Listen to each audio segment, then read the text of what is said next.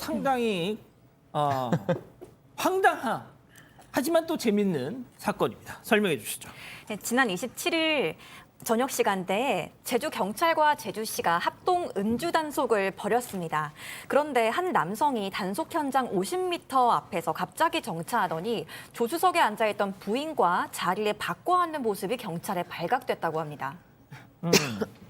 자, 경찰이 그 뭐 자리 바꿔치기 한다고 해서 그거 못 잡아내겠습니까? 발각이 됐죠. 여기서 그런데 반전이 벌어집니다. 체크포인트 짚어보죠. 내 아내가 수배자. 아, 그렇습니다. 내가 딱 음주를 해가지고 야, 여보 여기 앉아 해서 바꿔치기 타는데 그 운전석에 앉은 아내가 수배자였어요. 근데 이걸 왜 몰랐죠? 그건 저도 모르죠. 그러니까 아니 남편분 좀 반성하세요. 자기 부인이 지금 이런 상황인지도 모르고 자리 바꾸자 이러면 안 되는 거 아닌가요? 이 여성 굉장히 어떻게 보면 자기가 출석을 해서 경찰이 조사를 받았어야 되는데 조사받지 않기 때문에 수배자가 됐는데 이게 어떤 건가 하면 자동차 관리법 위반으로 지금 이제 경찰에서 그 기소 중지나 아니면 참고인 중지가 되어 있는 수배자였습니다. 이 사건 관련 기사에 달린 베스트 댓글이 뭐였냐면 천생연분이시네요. 예쁜 사랑하세요.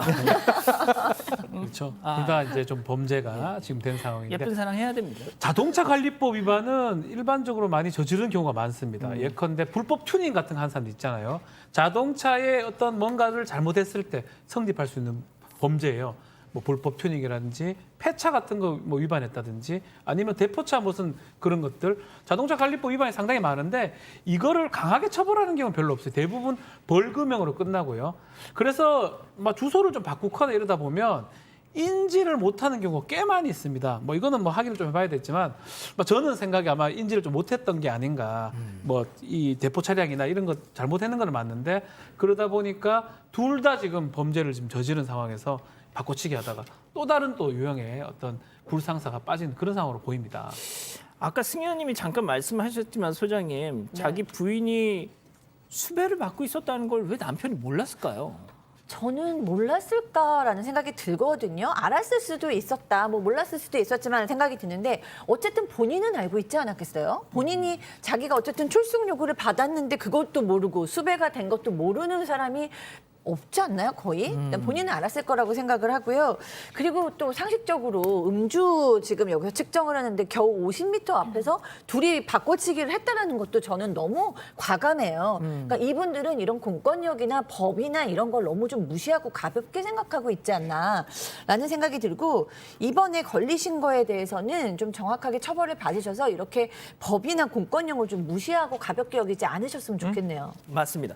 자, 그런데 말이죠. 이 정도에서 끝났으면 저희가 이 사건 소개해드리지 않았을 겁니다. 더 한 걸음 더 들어가는 황당한 내용이 있었습니다. 이 남자 말이죠. 네. 이유가 있었어요. 참 음주 단속을 해가지고 그게 걱정됐기 때문에 이 박상희 소장님 말씀처럼 법을 무시하고 그 코앞에서 바꾼 거거든요. 측정을 해봤습니다. 음주 측정. 0.02%예요. 혈중 알코올 농도가. 그냥 가도 되는 거예요. 괜찮아요. 오케이. 그냥 가도 돼요. 되는 거. 아마 이 0.02% 정도면 사실 어떻게 검사를 하냐면 그 술을 먹었냐 이거 한번 검사하고 예. 만약 그게 반응기가 나오면 다시 재차 측정을 하거든요. 0.02면요 그 반응기 안 나올 수도 있어요. 근데 겁을 먹고 자기가 무면허고 이래가지고 바꿔치기 하면서 이게 또 공무방해죄가 되는데 부인은 또 적이 된 거잖아요. 수배를 받고 있고 그런 상황이 됐기 때문에 오히려 좀 더 황당한 상황이고 뭐 물론 술 먹고 운전해서 된다 뭐 이 말은 절대 아니고요. 그럼요. 네. 그러니까 뭐 저런 경우에 이제 그 단속 기준에는 미달했더라도 단속 경찰분들은 사장님 이런 거 드시지 마세요 하고 또 따끔하게 또 한마디는 하실 거 아니에요, 그죠? 아마 자기는 충분히 술을 먹었다고 생각했을 거예요. 즉 수치가 0.0가 나왔지 분명히 그 전에 자기는 술을 충분히 먹고 도저히 운전하면 안 된다는 걸 인지하고 운전했는 상태에서 바꿔치기 했는 거잖아요. 거듭 말씀드리지만 제가 맨날 뭐 0.03이 얼마만큼 그 술을 먹으면 0.03이에요라고 수십 번 수백 번 많은 분들이 물어보는데 그냥 0.03은 술 드시면 운전하면 안 됩니다 이런 뜻이지 절대로 몇 잔 먹고 어떻게 먹고 운전할 수 있느냐 이런 수치는 아니라는 것 꼭 한번 다시 말씀드리겠습니다. 맞습니다.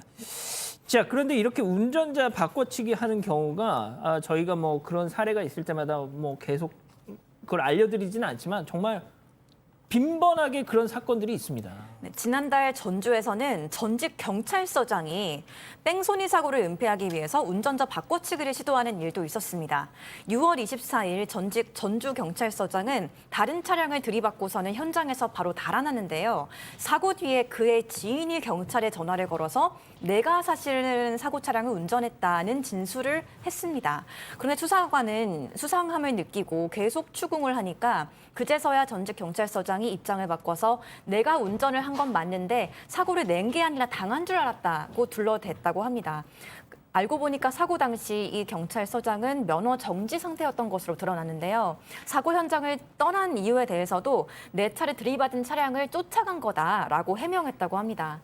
당시 사고를 당한 피해자는 음주운전이 의심된다, 측정을 해달라고 요구를 했지만 담당 수사관은 시간이 지나서 어차피 의미가 없다면서 거부를 한 것도 드러났습니다.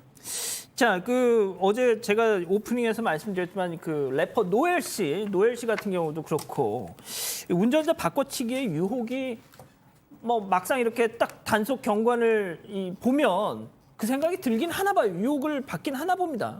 두 가지 측면에서는 가능하겠죠. 하지만 이건 절대 용서될 수 없는 게 첫 번째, 음주 운전을 하고 난 다음에 수치가 조금이라도 나오면 강력하게 처벌되도록 여러 가지 윤창호법이 바뀌었습니다. 그래서 자기 스스로 음주 운전을 하면 안 된다는 걸 알고 있죠. 특히 노일 씨 같은 경우는 그 전에 이미 음주 운전의 어떤 수치가 나왔기 때문에 그 집행유예 기간이니까 더더욱 바꿔치기 하고자 하는 유혹이 있었을 것이고 경찰서장도 자기 직위 해지될까 봐 이런 일을 했는데 아니 음주운전은 제가 진짜 꼭 말씀드리고 싶은데 피할 수 있는 거잖아요. 피할 수 있으면 꼭 이렇게 대리운전 하시든지 아니면 뭐 대중교통으로 꼭 가셨으면 좋겠고 제가 지금도 주장하고 있는 게 사법방해죄입니다. 이게 사실 가짜로 바꿔치기 했을 때 공무집행 그러니까 뭐 위계에 의한 공직방해라든가 그다음에 범인은닉죄 이런 게 성립 안 될 가능성이 많기 때문에 그냥 경찰관서에 딱 거짓말하면 그 자체로 처벌할 수 있는 사실 이렇게 다른 사람이 가서 하는 건 전 절대로 아니라고 보거든요. 그래서 꼭 이거 보시는 국회의원님 분들